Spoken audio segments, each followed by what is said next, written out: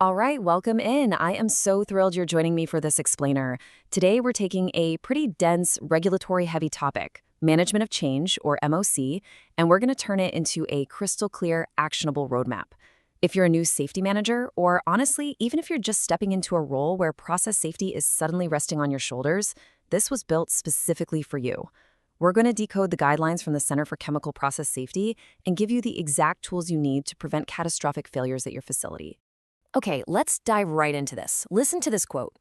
Uncontrolled changes have directly caused or contributed to many major accidents within the chemical process industry. Wow, that really sets the stakes, doesn't it?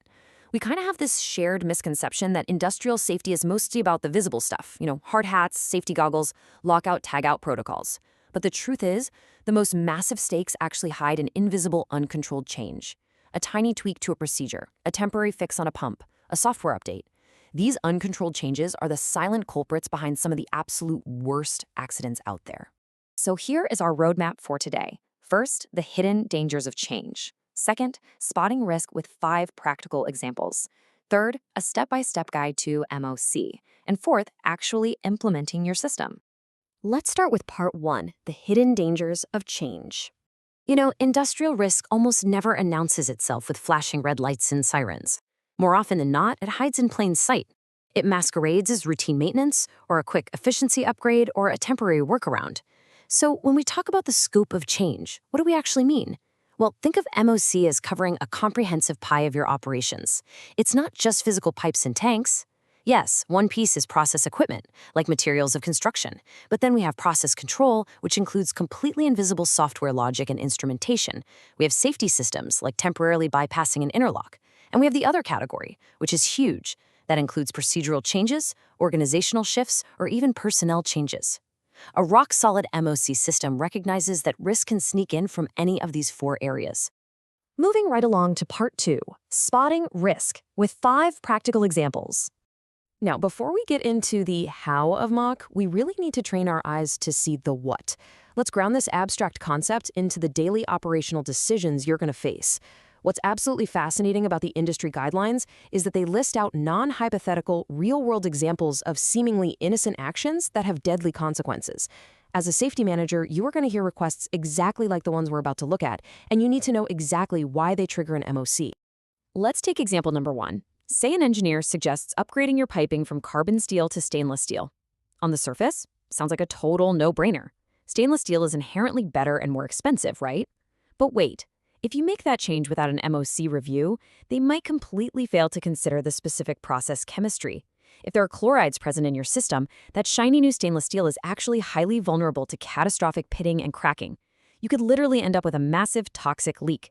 Good intentions, terrible result. An MOC forces everyone to pause and ask, hey, how does this new material interact with our specific chemistry? Then we have example 2, the classic temporary fix. Picture this. An operator spots a process leak on a Friday afternoon. To make it through the weekend, they swap out a metal wafer gasket for a Teflon one they just happen to have lying around the shop. It seals the leak. Problem solved, right? Wrong. Without an MOC, nobody checked the fire safety rating. If an external fire breaks out, that Teflon is going to instantly melt and fail, basically dumping more fuel onto the fire. A temporary fix is still a change, and it demands rigorous review. Okay, example 3 is a bit of mechanical physics. The pump swap danger.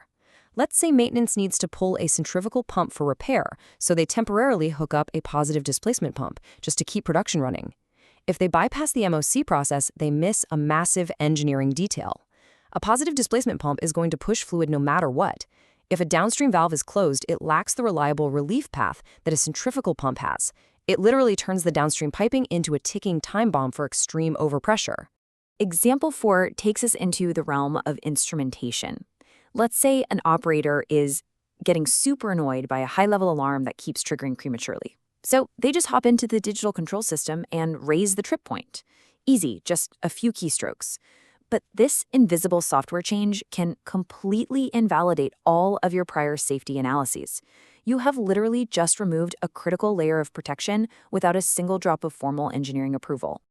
And finally, example 5, the convenience fix. Maintenance decides to add an isolation valve right beneath the pressure relief valve, so they can easily take the relief valve off for routine testing without draining the whole system. Super convenient, right? But without MOC oversight, what happens if someone forgets to reopen that isolation valve after testing? You've just rendered your primary emergency pressure reliefs totally useless. No way around it. That's a disaster waiting to happen. So, looking at all those real-world scenarios, it really brings us to the absolute most important question you will ask as a safety manager. Is the proposed fix a replacement in kind or a true change? A replacement in kind, or RIKE, is when you swap a part for the exact same engineered specification. That doesn't need an MOC. But the very second you alter the material, the size, the software logic, or the procedure, even temporarily, it crosses the line. It becomes a true change. And that absolutely requires the protocol we're about to learn. Which brings us perfectly to part 3, MOC, a step-by-step guide. All right, we've seen how scary unmanaged change can be, so let's pivot to the solution. Let's build out a formal, sequential framework. Every successful MOC follows 4 mandatory steps. 1. Initiate the request for change. 2. Conduct a multidisciplinary review. 3. Authorize the change. And 4. Complete the follow-up and update your records. Let's break these down a bit. In the first half of the process, an employee, we'll call them the originator, submits the request for change, or RFC. The very first hurdle is confirming, hey, is this just a simple replacement in kind? Once we know for sure it's a real change, we hit the most critical part, the multidisciplinary review. Now, this review has to be done by qualified personnel who are entirely independent from the person requesting the change. You need that objectivity. They're looking strictly at the technical basis and evaluating any potential health, safety, or environmental impacts. Okay, moving to steps 3 and 4. Once the review is done, the responsible party looks at the findings and either authorizes or rejects the change. If it's approved, you go ahead and make the physical or procedural change. But listen closely, because this is where facilities drop the ball. The crucial point here is the MOC is not done just because the new pump is bolted down. Step 4 demands that your process safety information, your PSI, is completely updated. Your drawings and manuals have to reflect reality. And most importantly, affected personnel must be trained on the change prior to startup. If the operator doesn't know the system is changed, you are inviting disaster. Finally, let's wrap up with part 4, implementing your MOC system.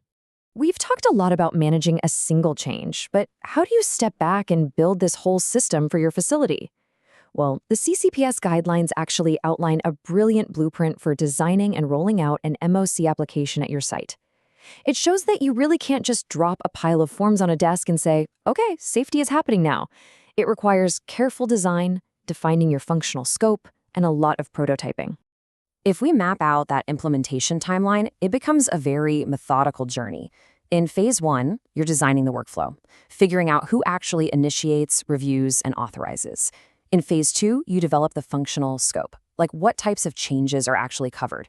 In phase 3, you build the prototype, and crucially, you field test it. Run a few mock changes through it to see where the bottlenecks pop up.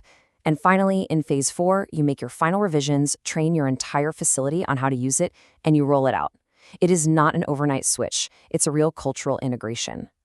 Now, to make sure this system actually sticks long-term, you gotta follow a few core principles. First, keep it simple. If your MOC system is overly bureaucratic and takes a month to approve a tiny procedural tweak, people are going to find workarounds, for sure.